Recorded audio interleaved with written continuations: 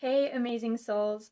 Some of you have been asking about how to uplevel your relationships. And so today I wanted to introduce the very biggest concept that has absolutely helped me to get into better space with the people in my life. I'm going to introduce this concept called the drama cycle. Now, some of you who have been in the personal development space or have been working on yourself or through your past or trauma or relationships a lot so already, you may be familiar with this concept. If so, I still don't want you to check out because there is something at the end of this video that I will share that will really, really help. And now, if you haven't heard of the drama cycle before, I'm not actually going to do a whole training on it right now because there's a lot that goes into it. And I want to spread it out into more actionable pieces. But I am going to introduce it so that we can draw upon it over and over and over again as we move through different modules. So the drama cycle has 3 components.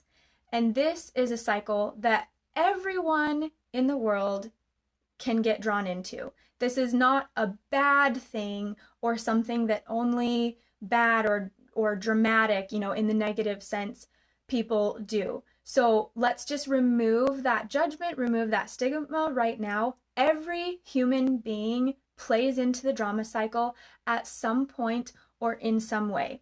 And so it's just something to be aware of and observe and to be able to check ourselves on so that when it does happen, we are able to pull ourselves back out. Now, I've mentioned in other videos, and a lot, is that these are skills. It may not feel natural at first, and it may seem really difficult at first, but the more you practice these skills, the more second-hand nature they will become, and it will be easily and effortlessly done, and eventually something that you don't even think about. It's just the way you are. And so if this feels really unnatural at first, it's okay. Just keep trying it out and see how it changes your relationships over time, or even your mental state, or perhaps you just feel stronger as an individual and your boundaries are more clear. Whatever it is that outcome is for you, just keep sticking with the process and observe the outcome over time. Okay, so again, there are 3 components and we all step into them at time to time. The first one is victim. Now, this is something that I'm sure it's the most common and it's the easiest to recognize. That is when we feel really, really victimized by a certain situation or a certain person. Now, in order to have a victim or to be in a victim space, there must also be a perpetrator or a villain, someone who has done something to us or in a certain scenario that has caused us to step into this victim space.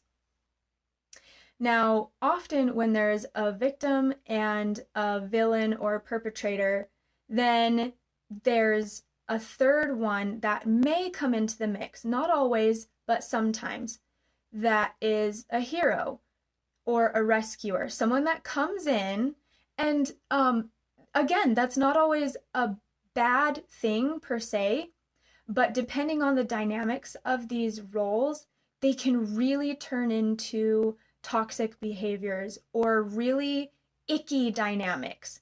And honestly, really the best way to describe it is just icky, because the relationships don't feel clean and clear and empowering. They feel more, there's more feelings of obligation or guilt or whatever it is, that there are these kind of unspoken dynamics that just feel ugh, right?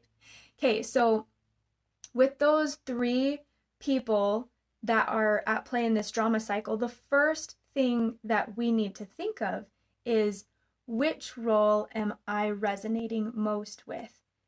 And it's possible to resonate with more than one role at a same time, especially with more complex or perhaps ongoing repeated or unresolved scenarios. And so when we recognize ourselves in any one of those three roles, the first step to stepping out of drama is getting emotionally honest. Now, this ties into other trainings that I've done where we take a look at our thoughts and our perceptions of what is going on. And the first thing is we take accountability for those thoughts that create these perceptions and the emotions that we have around that. Okay, so again, this is not trying to solve the problem per se. This is helping us step out of drama so that we can come back to the scenario with clean and clear thoughts, emotions, and requests in order to help us move through to a resolution. So again, we're not going to go like totally into all of this. I know this is probably actually a lot to absorb all at once, but I promise we'll keep going as we get into more modules later. But again, coming back to when we feel ourselves going into those places, feeling victimized by a certain scenario, or that someone else is a perpetrator into our story, or wishing that there was a hero, or trying to play the hero to rescue someone out of a scenario, coming in as the good guy to take them out. Any of these things can cause this drama cycle that can cause unclear and unsafe boundaries and emotions to occur. So in order to step out, we own our thoughts and our perceptions and the emotions that come. Because when we show up in these spaces with judgments and thoughts and perceptions, that can totally shape how we show up and can even shape how the other people show up for us in the way that we perceive what they're doing. So when we take complete accountability for our perceptions, that can help us to get out of the drama, because then we're not taking those perceptions or those thoughts about the other person as fact. Now, let me give an example, because my husband and I worked through this so many times. And when I would bring up certain triggers or certain things, like when certain things would happen, I would just feel really upset about this thing, and especially really defeated because it would keep happening and I would just shut down inside. And when I would bring up my emotions or my thoughts about, or not necessarily my thoughts about it, but just how I felt about the situation and how I felt about how my husband was showing up, then he would say, well, that's not how I feel about you, or that's not how I perceive this situation. And especially when he would say, well, that's not how I feel about you, but I felt that he was trying to act a certain way, or that I assumed he was feeling a certain way about me. Like, I just got really confused because I thought for sure that's what he was thinking or feeling. And by taking accountability to say, okay, this is how I feel you feel about me, that actually created the opportunity for him to share his true feelings and perceptions, and in a way that he was also taking accountability for his what he was bringing to the scenario as well. And then from there, once we understand where each person was coming from, we were able to move forward into a solution because we understood both people. Now, that wouldn't have happened if I wasn't willing to own my own judgments or my own emotions as mine, because I would still be feeling that I was the victim. He did this thing to me, and we would keep fighting about that thing, the thing that happened, or the way that I felt about the other person.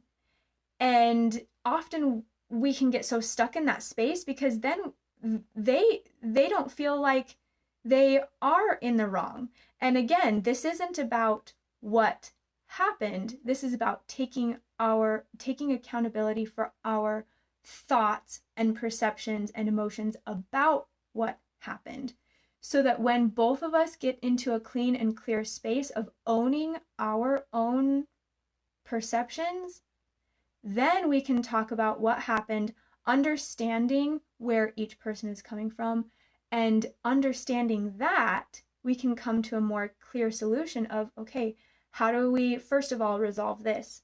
And second of all, prevent something like this same pattern from playing out in the same way again.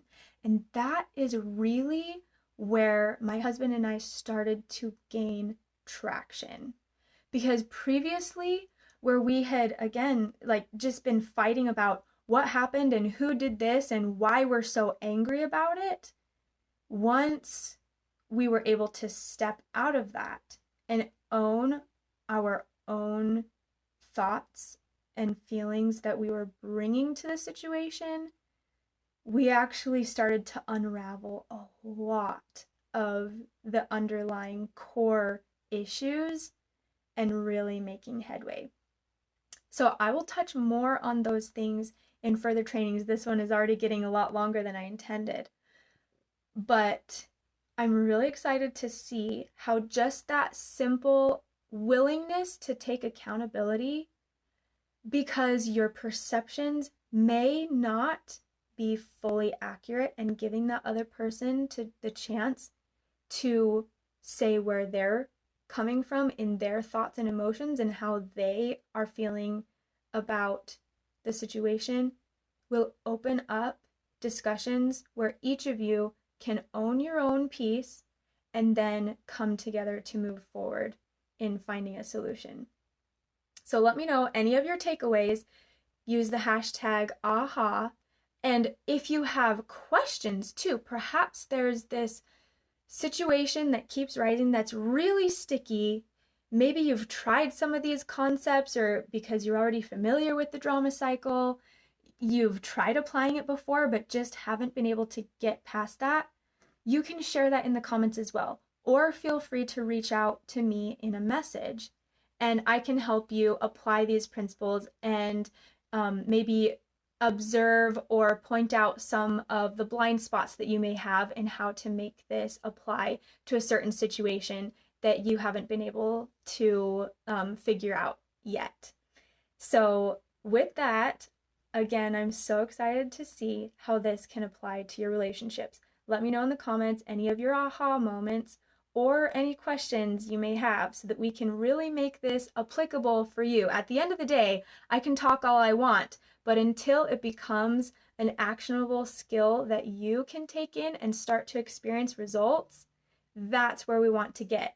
So any clarification, any feedback, or any more support that you need in order to make this an actionable skill that can start getting results for you, let me know, and I will provide more instruction or insight to help this become even more applicable to you.